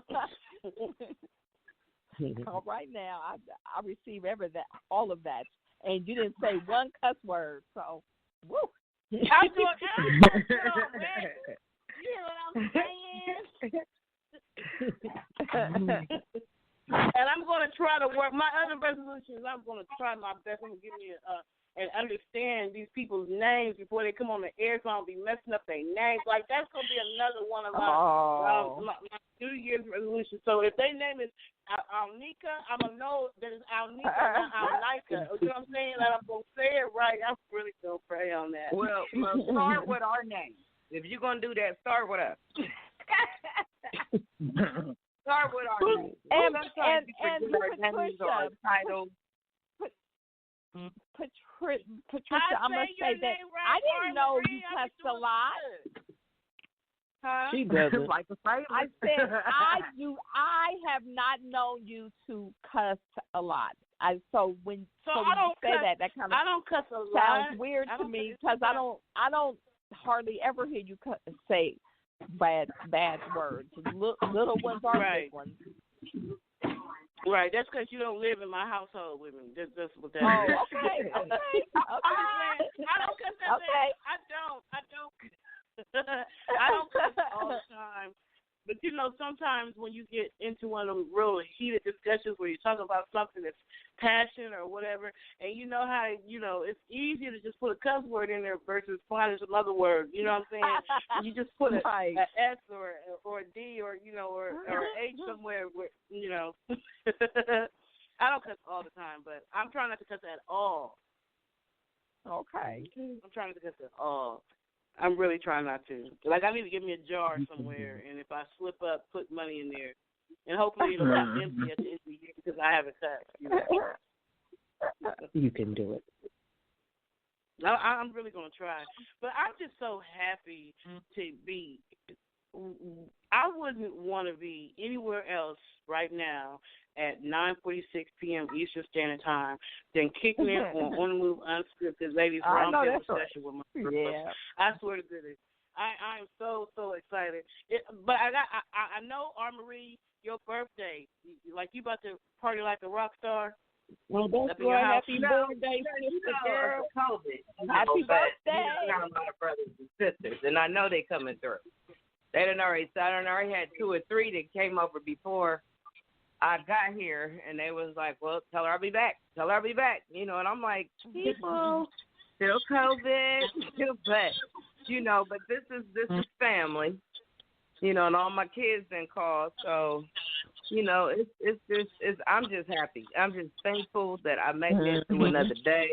I'm thankful by the grace of God, God willing, I'll live to see my birthday in the morning.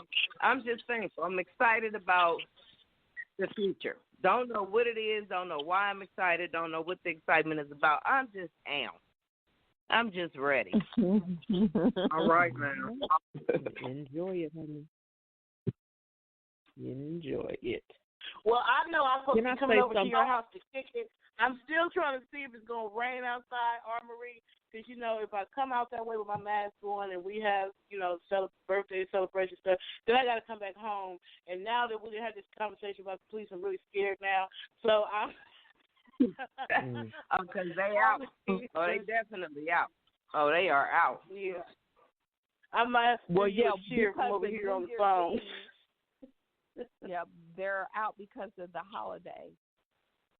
And I'm already hearing them shooting guns up in the air. I'm like, it's 5 o'clock. Why are y'all popping stuff at 5 o'clock? We have to make sure it still works or something. Like, wait a minute. Like, it's not even midnight. Like, go somewhere with that. Yeah.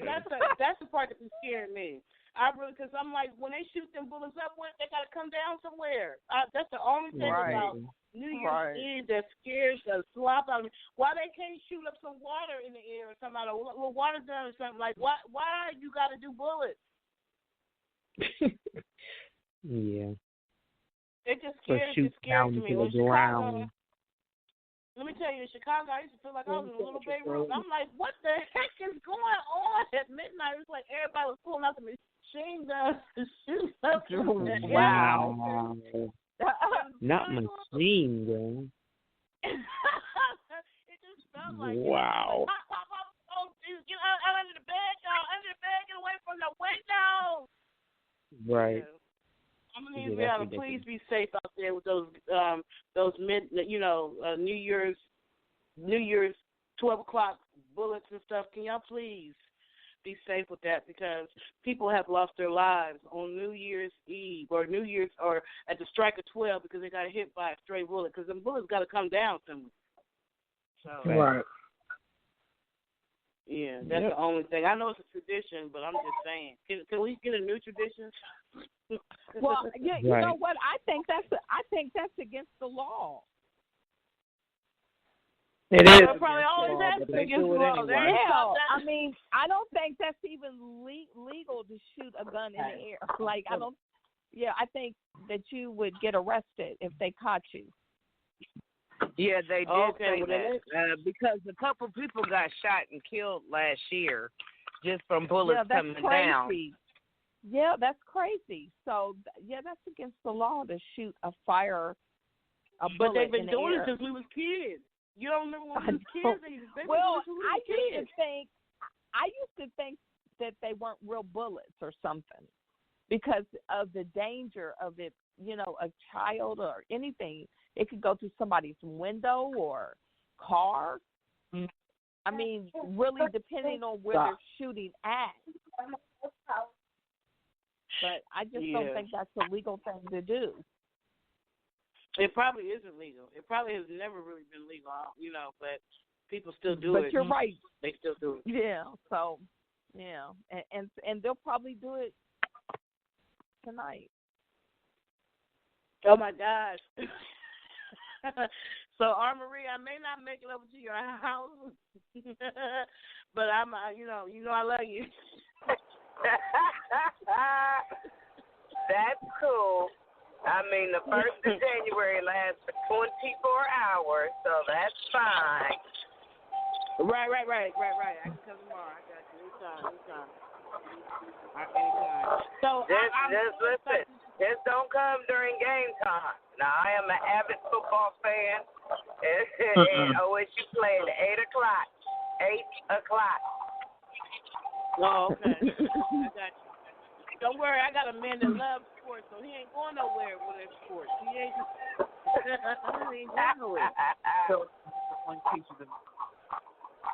We didn't do Christmas last week because, you know, it was just Christmas Eve, and I had a lot going on with the family and a lot of stuff, and I wasn't feeling the greatest.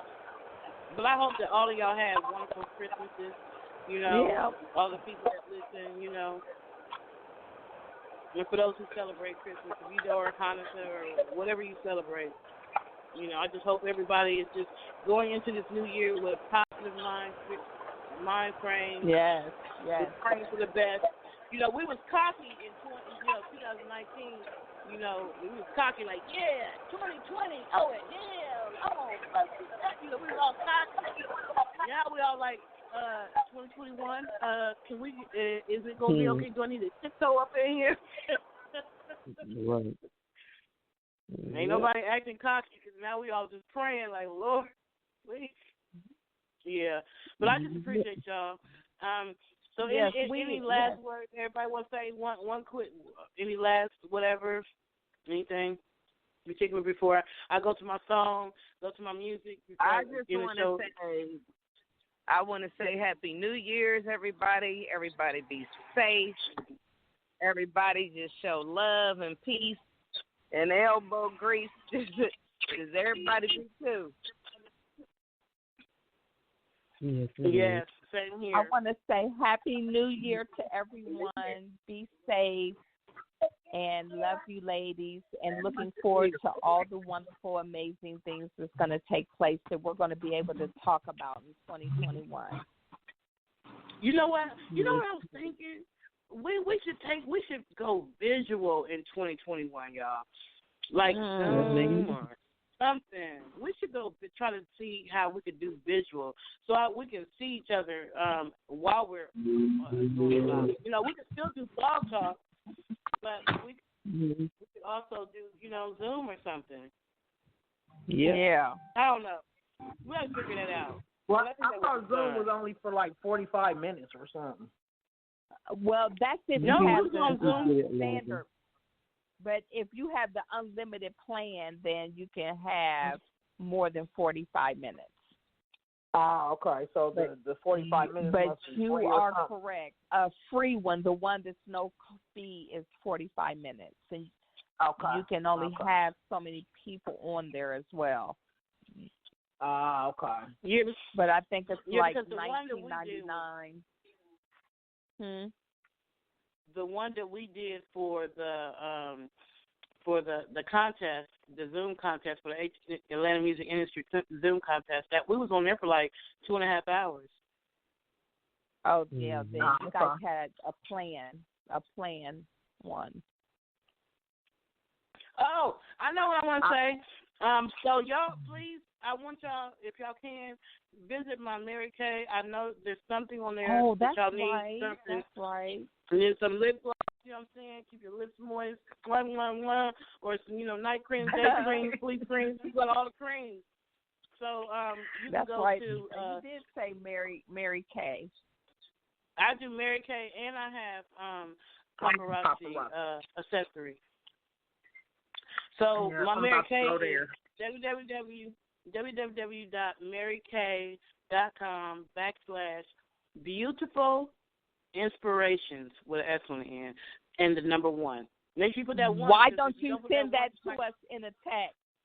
Patricia, send that to us in a text. I thought. Okay. Yeah, it's in there. It's marykay.com/beautiful inspirations 1. Yeah, so or you can go to my Facebook. You can go to my Facebook page, and it's on there too. All my little links. Patricia and Goins on Facebook. But I just want you to please be my customers because I'm the Bob Dylan Mary Kay person. I promise y'all, I love y'all. I really, really do. So are you trying to drive around in that pink Cadillac? Right. Or they got the SUV ones. They got the truck. Cadillac. Oh yes, they got the pink Cadillac Mary Kay truck. Oh wow. Yeah. Okay. Why not? You know what I'm saying? Anyway, as we get ready to slide out of here, I just want y'all to know I love y'all. I appreciate y'all. Kim, what's your website link? Everybody give their website link if you have one. Okay. My website is myomywellness.com. MYOMY And what about you, Dushon? For my community organization At the Table, we serve women and girls. That website is www.attrinc.org. The organization is called At the Table. We're also on Facebook, At the Table. We're going to have some awesome things coming up. My business website is www.scsevents.org. And I provide. For some reason, when you say your website, I can't really hear you. Say your website again. Yes, that is the website. Step-by-step enterprise. The show. Okay. Well, you can visit Dushon's page, Dushon Johnson, also. I'm sure she has it on there. Yes. Thank you so much. You're welcome. R. Marie, do y'all have any websites you want to shout out before we slide up out of here? I don't have any yet, as of yet. But I would like to say Happy New Year's to everybody, and I love y'all. Happy New Year. We love you too. Happy New Year. What about you, R. Marie? You have any? So, she's celebrating. Before, I got 60 seconds left. 50 seconds left. So, my movie, This Can't Be Love, that's on YouTube. This Can't Be Love. Reached over 20,000 views, y'all. Congratulations. Like, almost 400 comments, almost 400 likes, like about 50 comments. Like, people have really been loving it. So, I appreciate the love, People have been leaving a lot of great comments. But anyway, I love y'all. And until next year, which is next Thursday, Lord willing, next 8 o'clock p.m. Eastern Standard Time, we'll be right back, y'all, on the Move Unscripted next week. Happy Bye. birthday. Love y'all. Happy New Year. Love you too.